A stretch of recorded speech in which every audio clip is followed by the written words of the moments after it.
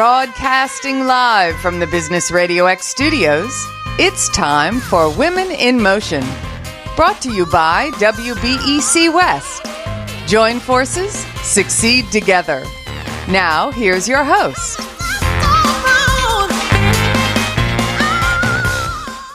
Lee Cantor here, another episode of Women in Motion, and this is going to be a good one.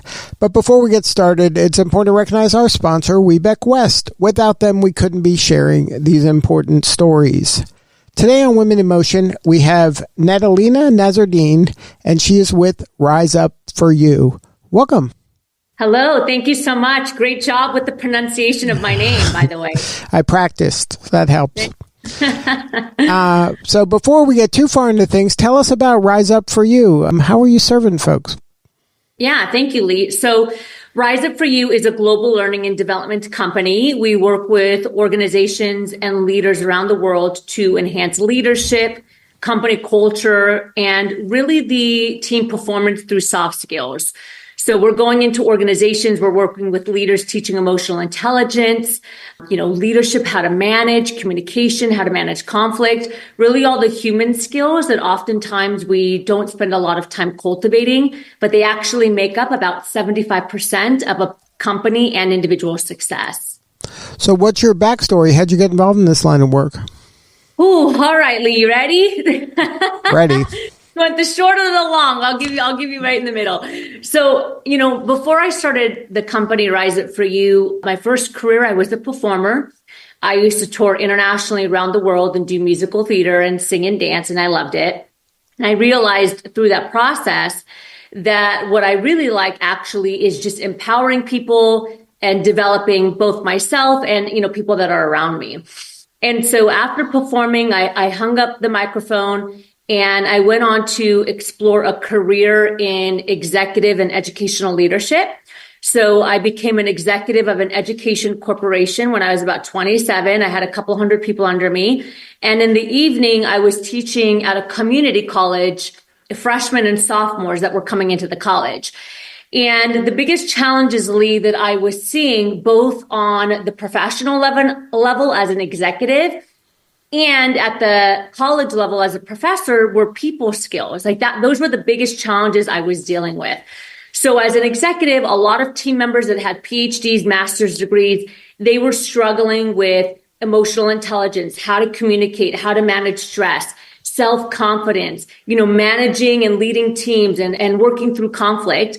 And then at the college level, a lot of the students were struggling with even just standing up and saying their name or raising their hand if they had a question. They would rather take an F than raise their hand and look stupid.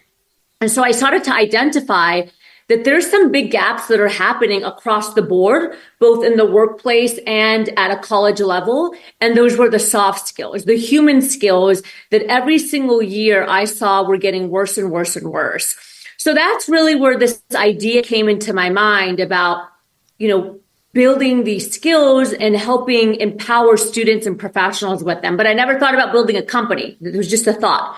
And then a couple years after being an executive, I decided to resign from the company.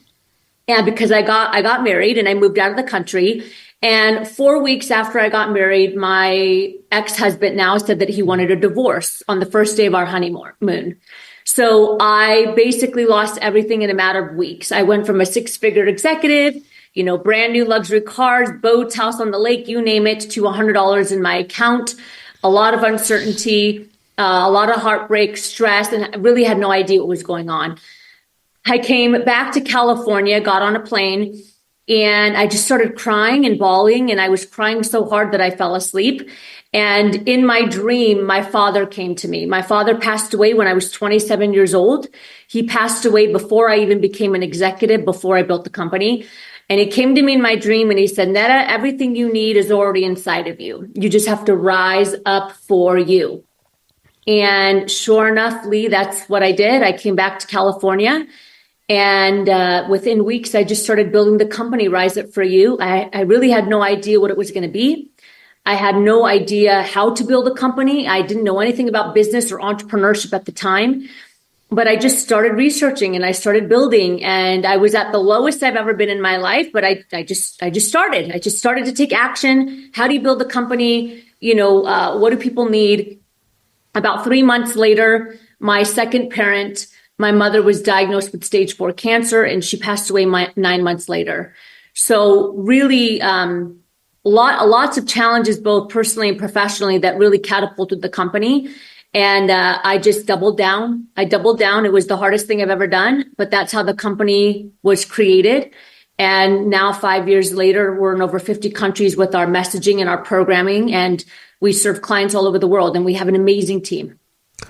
Now, when you were going through all of that chaos and turmoil, and it was at the beginning of founding the company, how were you able to kind of compartmentalize, I would guess in some manner, all of the grief and they were feeling, and then also all the energy that, starting a business or any enterprise takes? Can you share a little bit of advice for someone who is going through, I'm sure that amount of chaos seems unusual, but the normal amount of chaos that a person is going through when they are going to take the big leap that you did at that time? Can you share any strategies or advice? Yeah, I mean, I would say that the biggest thing that helped me, and I talk about it, in my book, and I talk about it quite often on stage and even with professionals and companies that we work with, is you have to have an unwavering self-confidence in yourself, because times were very uncertain. Like I said, I only had $100. Both of my parents passed away. They were humble people. So there was no, money or anything of that sort left to us, to my brothers and I.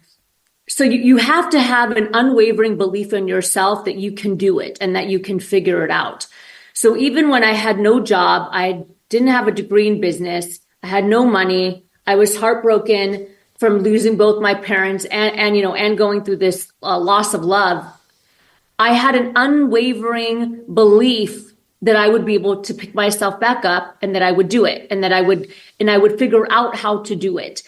And I think that's the biggest challenge, honestly, Lee, that we see today with women business owners, and even just, women in general and men, is the lack of self-confidence is really, I say, one of the greatest tragedies of, human potential, is a lack of self-confidence. Because my team and I, we ask every year thousands of professionals what their number one challenge is, and 83% say self-confidence. And that's the one thing that I would say saved me. The second thing that saved me is my ability to coach myself in moments of uncertainty and in moments of trauma and, sad moments that we all deal with. Is that I had a conversation with myself and I said, okay, I have two options here. Either I'm going to take this pain that I'm going through and I'm going to feel sorry for myself, and I'm going to sit and cry and be miserable and make excuses why I can't do something, or I'm going to take this pain and I'm going to use it as fuel for growth. And I just ultimately made the decision that I didn't want the pain of my parents' loss and death to go to waste. And so all the pain that I felt and all the suffering that I went through at the time, I made a commitment that I was going to use that pain for a greater good. And that's and that was a strong, I would say that was a strong catapult to continue to keep going, to continue to grow the business, to continue to make an impact, because I wanted to leave a legacy behind that also involved my parents. If you ever see me on stage, Lee, or if anyone's listening to this podcast and they've seen me on stage, you will know that I always talk about my parents. My best-selling book that I wrote, I have pictures of my parents. Everything that I do with the company, there is a trail of my parents in there. And I made that commitment when they passed away. Now, early on, you mentioned the importance of soft skills, and I know growing up that wasn't an emphasis in traditional schooling, or it's not a class you take in soft skills. Like, that was all things you kind of had to figure out on your own. How do you help your clients and the leadership teams that you work with, first of all, just kind of have a more of a respect for soft skills, because a lot of times those are the type of skills that aren't easily measurable. And so a lot of times organizations tend not to value them because they can't really count them or measure them. That's a really great question. So I have a couple of answers for you. You're right in the sense that a lot of times you can't measure the success of soft skills. And I debunked that early on in building the company, because when I first started building this company and I would have conversations with CEOs and executives, that was one of the number one pushbacks I would get. Well, how do we know it's going to work? How do we know that emotional intelligence is actually going to make an impact with our ROI and the bottom line and the growth of our company? And so in particular at Rise Up For You, we have built multiple assessments and data benchmarks to ensure that we can actually show both the quantitative and the qualitative results of building soft skills. And in fact, research does show that when you invest in emotional and social intelligence, the performance of a company can increase sometimes by 8 times your investment. Research shows that when you invest in social or emotional intelligence, that it increases team performance 4 times, 4 times over.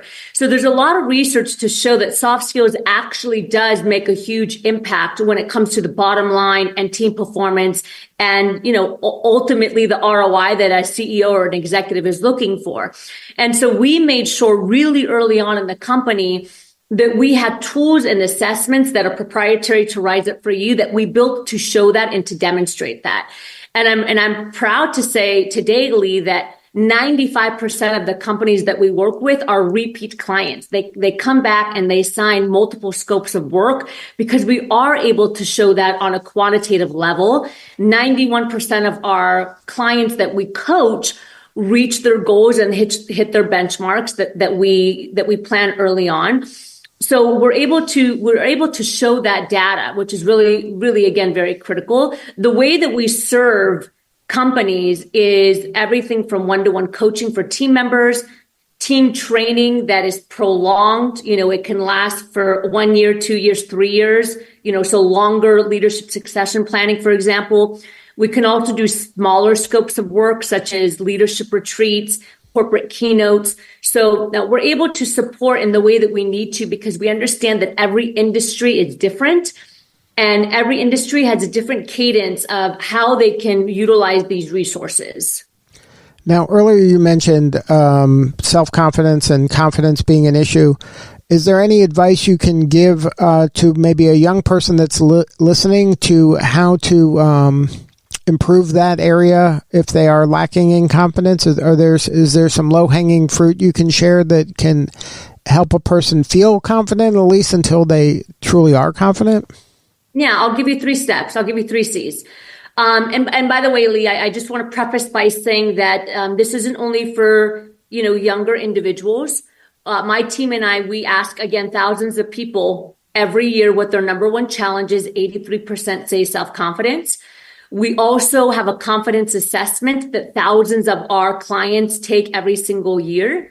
The average score for confidence is a 69%, which isn't great, by the way. That's a D in our school system, which I know you're familiar with, Lee.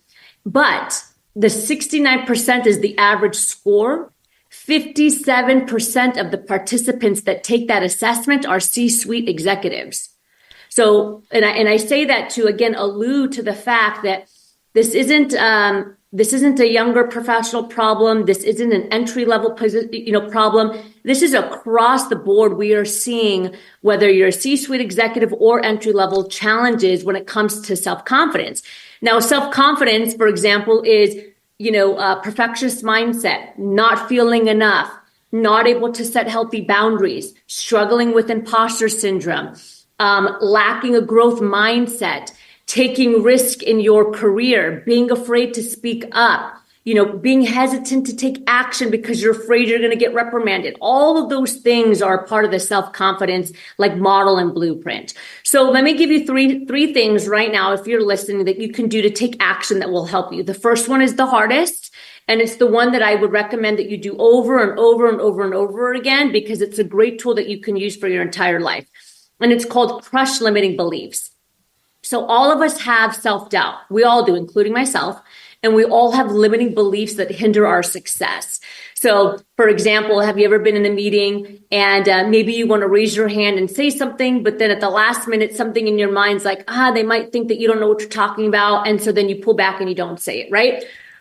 Or maybe, as an entrepreneur and a business owner, because I know that's the audience obviously here, you have a new client and there's a certain price point that you establish for your product, but you're afraid that your client's going to say no because maybe it's too high. And so then you sabotage your pricing and your product just so that you can make the sale. And then it ends up hindering your success and ability to move forward. So there's a lot of beliefs that we have.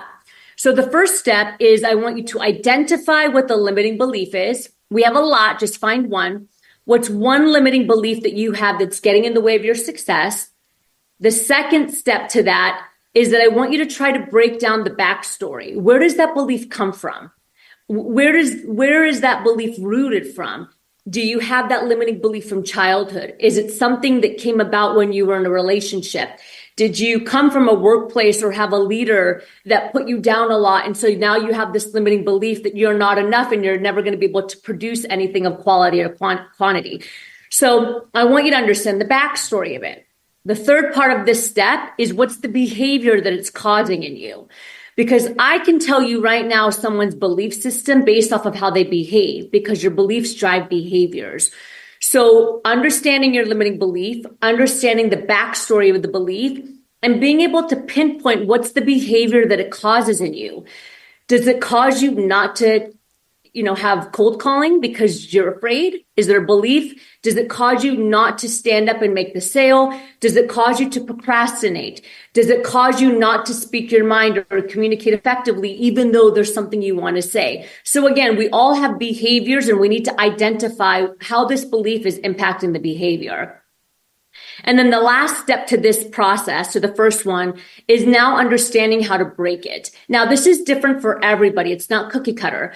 So some of us are able to break it once we do the exercise. Once we identify where it comes from, that can be a very empowering tool. And then we're able to say, you know what, I'm tired of this limiting belief that came from Johnny when I was 10 years old, hindering my success, and you're able to move past it. For some of us, it's deeper rooted. It might need a little bit more therapy, for example. So this is where we need to understand ourselves and how we can break it. That's the first step. It's called crush limiting beliefs. Identify the belief, identify the backstory, identify the behavior, and then identify how to break it. Step number 2 that I would tell your audience is you need to clarify what you want in life. Because when you're not clear on what you want, it's actually a huge confidence crusher.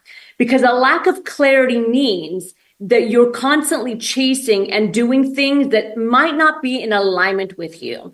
Gallup has a study that says that 76% of the workforce are disengaged.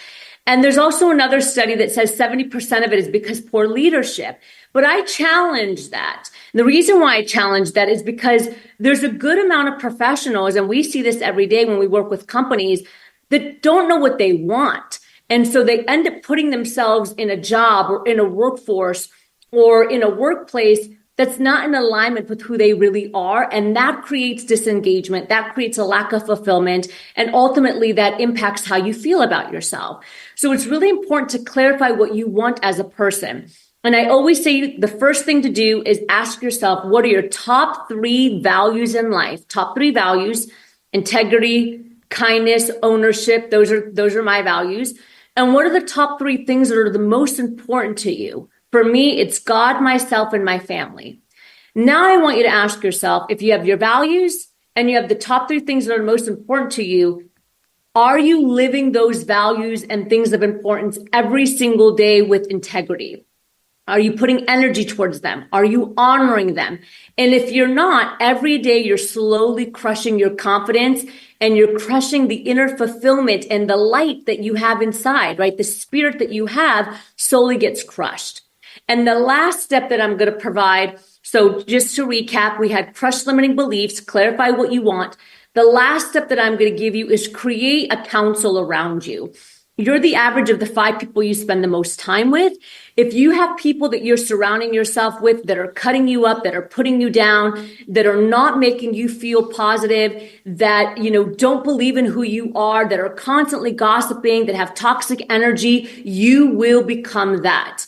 That is what you will create, and that is what you will manifest. You need to be able to surround yourself around people that are better than you.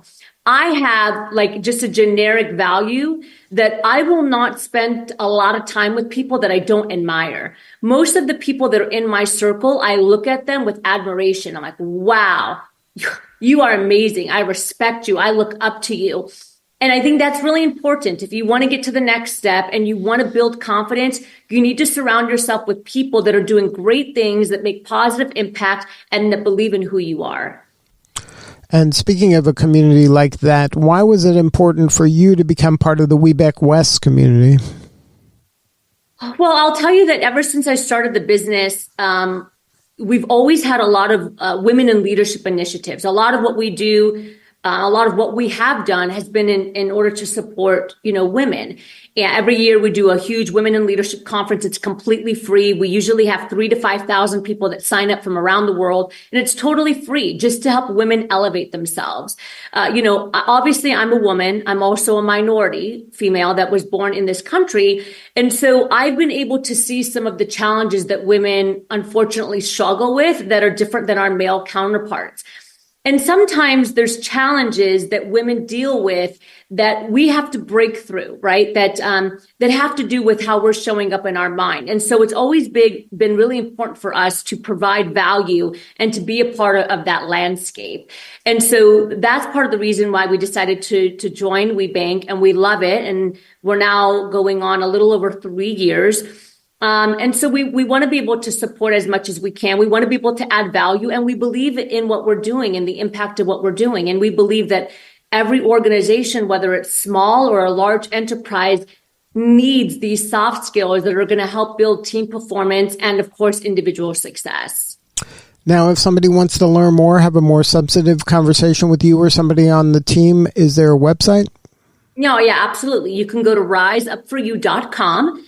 And we have a link there that says informative call. Simply click on the informative call, and then somebody from our team, maybe it'll be me, maybe it won't be, we'll hop on a call with you and share more about how we can support you and your team. But we also have a lot of free stuff there on there too, Lee. So we have a ton of articles that I wrote and my team have written about soft skills and company culture. We have a confidence quiz. We have emotional intelligence quiz. We have free master classes on emotional intelligence and confidence and leadership. We have a podcast as well. So a lot of free resources that you can gain from the website as well. And then your book, can they get that there? They can, yeah. You can order Rise Up For You. You can go to our website, riseupforyou.com, or you can simply go to Amazon. It's on Amazon as well, and you can order it from there. Well, thank you so much for sharing your story today. Doing such important work, and we appreciate you. Thank you, Lee. I appreciate it. Thanks for having me today. All right. This is Lee Cantor. We'll see you all next time on Women in Motion.